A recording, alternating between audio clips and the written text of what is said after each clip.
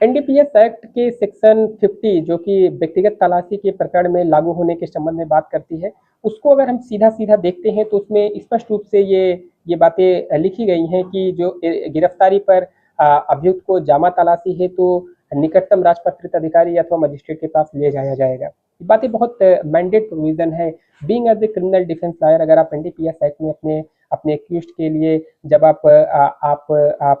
Trial करते हैं, जब आप डिफेंस क्रॉस एग्जामिनेशन करते हैं, तो जो सेक्शन 50 के मैंडेट प्रोविजंस हैं, जिसमें जो डिस्कस किया गया है कि अगर एक्यूज्ड पर्सन को जब एनडीपीएस के सब्सटेंस के साथ पुलिस पकड़ती है तो उसको उसकी जो जामा तलाशी होती है उसको किसी क्लोज के राजपत्रित अधिकारी अथवा मजिस्ट्रेट के पास ले जाया जाएगा। लेकिन आगे भी ये भी नहीं कि आगे उसमें यह भी बताया गया है कि यदि एक्यूज्ड पर्सन ने एक्यूज्ड पर्सन को अगर क्लोज के राजपत्रित अधिकारी अथवा मजिस्ट्रेट के पास ले जाना संभव नहीं हो तो पुलिस को उसका वैलिड रीजन लिखना पड़ता है। और जो सेक्शन 100 सीआरपीसी जो कि बेसिकली डील करता है persons in charge of closed place to allow search, I think उसमें कोई प्रोविजन चेंजेस नहीं किया गया है अब प्रेजेंट टाइम में 103 बीएनएसएस में। उसके अंतर्गत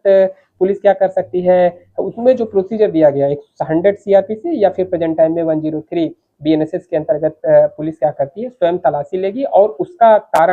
कारण की जो रिपोर्ट होगी वो 72 घंटे के अंदर अपने तात्कालिक उच्च अधिकारी को, जो उसके सुपीरियर अधिकारी होंगे, उनके पास वो रिपोर्ट क्या करेगी, प्रेषित करेगी। तो सीखने समझने वाली बात क्या है कि अगर हम एक अच्छे जजमेंट अगर हम देखें तो narcotics central bureau versus Sukhdev Raj Sodhi, I think 2011 की ये जजमेंट है। उसमें the requirement under section 50 of NDPS act is not complied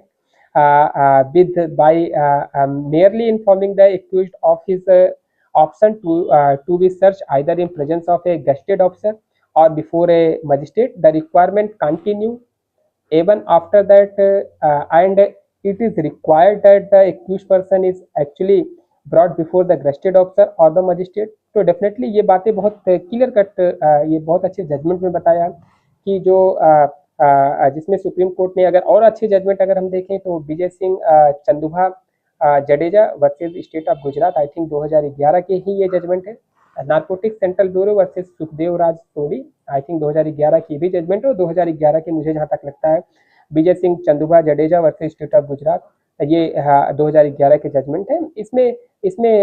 ये चीज़ें बताई गई हैं कि अगर एनडीपीएस के सब्सटेंस किसी के पास बरामद होते हैं और सेक्शन 50 के प्रोविजन का अगर कंप्लायंस